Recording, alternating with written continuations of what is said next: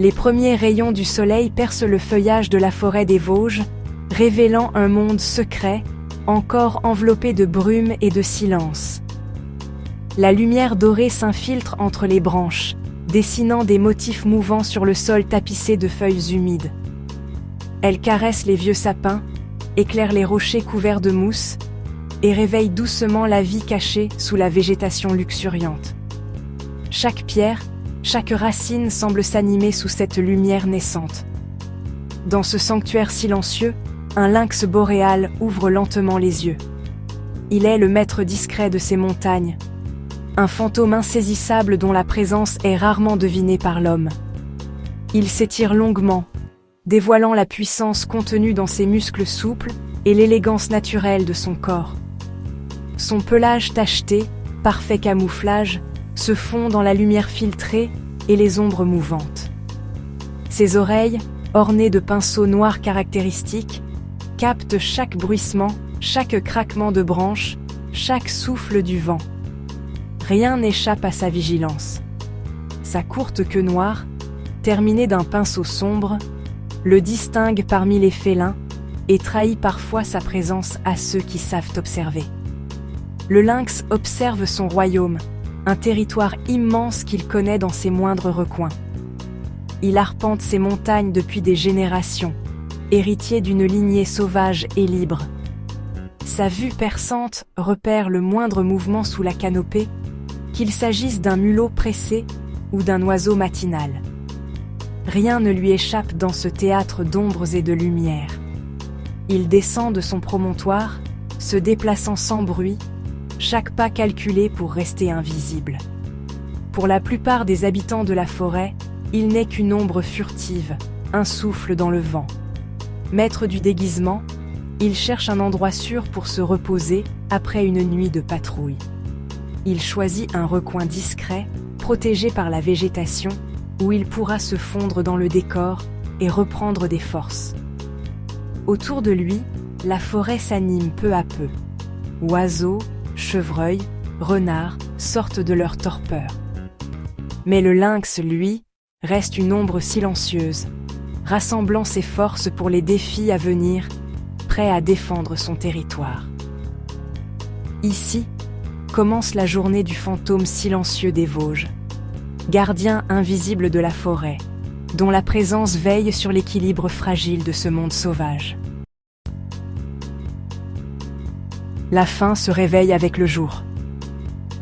Dans la fraîcheur du matin, la forêt s'anime lentement, chaque créature reprenant son cycle quotidien. Les rayons du soleil percent la brume, révélant un monde où la vie et la mort se côtoient à chaque instant. Ce félin, opportuniste et discret, reste prêt à chasser à tout moment. Son ouïe fine capte le moindre bruissement, et ses yeux percent l'ombre des sous-bois. Il évolue dans ce territoire avec une aisance silencieuse, invisible pour la plupart de ses proies. Il préfère l'embuscade à la poursuite, utilisant la patience et la discrétion comme arme principale. Chaque mouvement est mesuré, chaque respiration contrôlée pour ne pas trahir sa présence. Le lynx attend, parfois de longues minutes, que l'occasion parfaite se présente. Aujourd'hui, il perçoit l'odeur d'un chevreuil, fragile et inattentif. Son museau frémit, ses moustaches captent les vibrations de l'air. Il analyse la direction du vent, ajuste sa position et se prépare à l'approche. Il avance, corps plaqué au sol, chaque pas calculé pour éviter tout bruit. Ses coussinets amortissent le contact avec la terre humide et il se fond dans le décor, invisible aux yeux du chevreuil. Dissimulé derrière les fougères, il attend le moment parfait. L'immobilité est sa force, la patience son allié. Le temps semble suspendu alors que le lynx retient son souffle. D'un bond fulgurant, il surgit, surprenant sa proie. L'attaque est rapide, précise, le fruit d'une préparation minutieuse. Sa morsure est précise, assurant une mort rapide. Il ne laisse aucune chance à sa victime, agissant avec l'efficacité d'un prédateur expérimenté. La chasse est brève, mais le succès est vital. Pour ce prédateur, Chaque proie capturée est une victoire sur la faim et l'incertitude de la vie sauvage. Ce repas nourrira le lynx plusieurs jours, lui offrant l'énergie nécessaire pour affronter les défis à venir. Il se nourrit prudemment, toujours sur ses gardes. Sa stratégie, une traque silencieuse, un assaut décisif. C'est ainsi que le lynx perpétue son existence, maître de la discrétion et de la précision. Dans la forêt, chaque chasse est un pari sur la survie, un équilibre fragile entre la vie et la mort, où seuls les plus habiles prospèrent. Le triomphe du lynx n'est jamais garanti. La météo capricieuse des montagnes complique la chasse. Pluie, vent, neige, chaque élément peut effacer les pistes ou trahir sa présence. En hiver, la neige ralentit ses mouvements, mais ses larges pattes l'aident à avancer. Il doit trouver abri et adapter ses techniques, tout en évitant loups et renards concurrents. Mais le plus grand danger reste l'homme. Routes, urbanisation, collisions mortelles. La survie du lynx dépend de sa capacité à s'adapter, mais aussi de notre volonté à préserver son habitat. Dans ce monde changeant, chaque jour est un défi. Après la chasse, il cherche un abri sûr, souvent en hauteur ou bien caché. Ce dernier choisit un lieu discret, protégé des intempéries et des regards. Là, il se toilette minutieusement, gardant son pelage propre pour le camouflage et la santé. Même au repos, ses sens restent en alerte, prêts à réagir au moindre danger. Son sommeil est léger, entrecoupé de brefs réveils. Le calme de la forêt à midi lui offre un rare moment de détente. Enroulé sur lui-même, il récupère, digère et restaure son énergie. Ce repos est vital pour affronter la prochaine nuit. Dans l'ombre, le prédateur se ressource, prêt à redevenir fantôme. Si le lynx est une femelle, son abri devient une nurserie, un sanctuaire caché au cœur de la forêt. Ici, à l'abri des regards, la vie commence dans le secret et la douceur de la mousse. Chaque printemps, elle élève ses petits, d'abord aveugles et vulnérables, entièrement dépendants de sa chaleur et de sa vigilance. Les premiers jours sont cruciaux. La mère veille sans relâche, nettoyant et nourrissant ses chatons, attentive au moindre bruit. Pour subvenir à leurs besoins, elle chasse plus souvent, mais sans jamais trop s'éloigner du gîte. Chaque sortie est un équilibre entre la nécessité de se nourrir et la protection de sa progéniture. Rapidement, elle initie ses jeunes à la vie sauvage.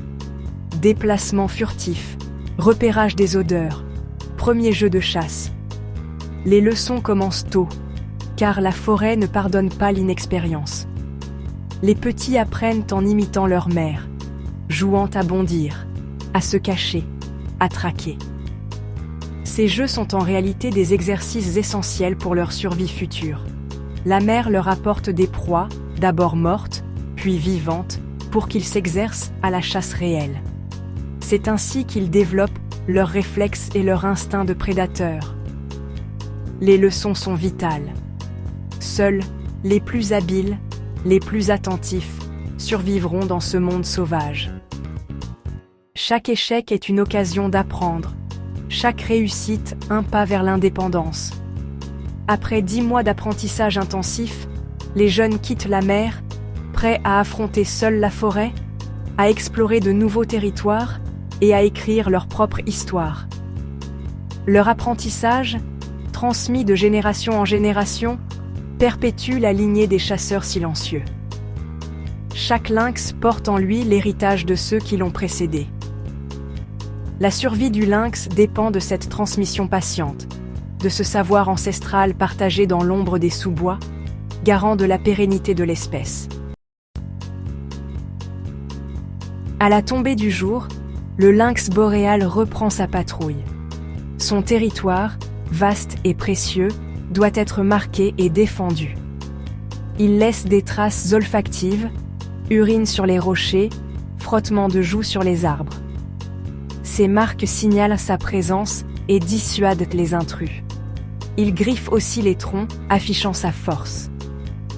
La surveillance suit des frontières naturelles, crêtes, ruisseaux, lisières. Il lit les signes laissés par d'autres, identifiant rivaux ou partenaires potentiels. Cette gestion territoriale limite les conflits directs. Son royaume lui offre nourriture, abri et sécurité. Par cette vigilance, le lynx assure la stabilité de son monde. Parfois, la ronde mène à une rencontre. Face à un rival, le lynx boréal affiche sa dominance. Oreilles basses, grognements, posture menaçante. Les combats sont rares. La plupart des intrus reculent devant l'avertissement. Mais si la tension monte, l'affrontement peut être bref et violent. Le marquage territorial évite la plupart des conflits. En période de reproduction, la rencontre change de ton. Parade, appel, jeu. Après l'accouplement, le mâle repart, laissant la femelle élever seule les petits. Ces rencontres, brèves mais essentielles, assurent la survie de l'espèce. Même solitaire, il reste lié aux lois de la nature. La nuit venue, ce prédateur devient maître de l'ombre. Ses yeux réfléchissent la lumière, lui offrant une vision nocturne exceptionnelle. L'ouïe fine capte le moindre bruit, la forêt devient un terrain de chasse silencieux. Il traque, patiente, bondit, profitant de l'obscurité pour surprendre ses proies. La chasse nocturne est un ballet de discrétion et de précision. En cas de succès, il cache sa proie pour revenir s'en nourrir plusieurs nuits. Rien n'est gaspillé, chaque victoire est précieuse. L'échec n'arrête pas le lynx, il recommence, poussé par l'instinct de survie. La nuit est son allié, la forêt son domaine. Ainsi, le fantôme des Vosges perpétue l'équilibre du sauvage. À l'aube, le cycle du lynx s'achève. Chasse, repos, patrouille. Il se retire dans l'ombre, invisible alors que la forêt s'éveille. Prédateur discret, il régule les populations, préservant l'équilibre naturel. Mais sa survie reste fragile, menacée par la perte d'habitat et les dangers humains. Protéger le lynx, c'est préserver la forêt vivante. Sa présence est le signe d'un écosystème sain, d'une nature encore sauvage. Quand le soleil se lève, le fantôme disparaît, gardien silencieux des Vosges.